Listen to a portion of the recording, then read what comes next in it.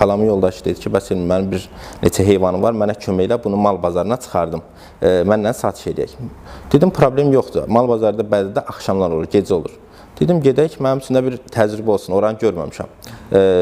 Bu dəqiqə regionun ən böyük mal bazarı Bərdidə yerləşir. Nəysə, ora çıxdıq, gördüm ki, orada insanların bir şeylərə ehtiyacı var. Orada uşaqlar var, bir şeylər satırlar və s. Dedim, burada mən ayran sata bilərəm. Belə bir fikir, inanın ki, orada bir ayran satan yoxdur.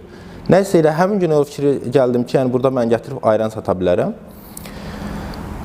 Qonşumuz da orada qapıda axran işləyirdi.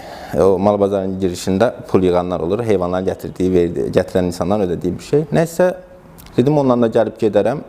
Nəysə, belə bir qərar verdim. Həmin gün də bazarda bu içilib atılan boş şüşələri yığdım ki, gələn dəfə ayranı ona yığım, gətirim, satım. Belə bir fikir, dedim, itirəcəyim heç nə yoxdur, uzaq başı 3 kilo qatığın pulunu itirəcəm. Yəni, ayran dediyimiz nədir ki? Belə bir şeylə gətirdim. Həqiqətən çox uğurla alındı, çox yaxşı alındı.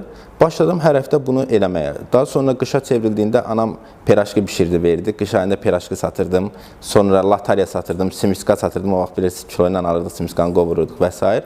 Yəni, çox yaxşı, həftədə bir dəfə olurdu o. Çox yaxşı gəlir əldə etməyə başladım.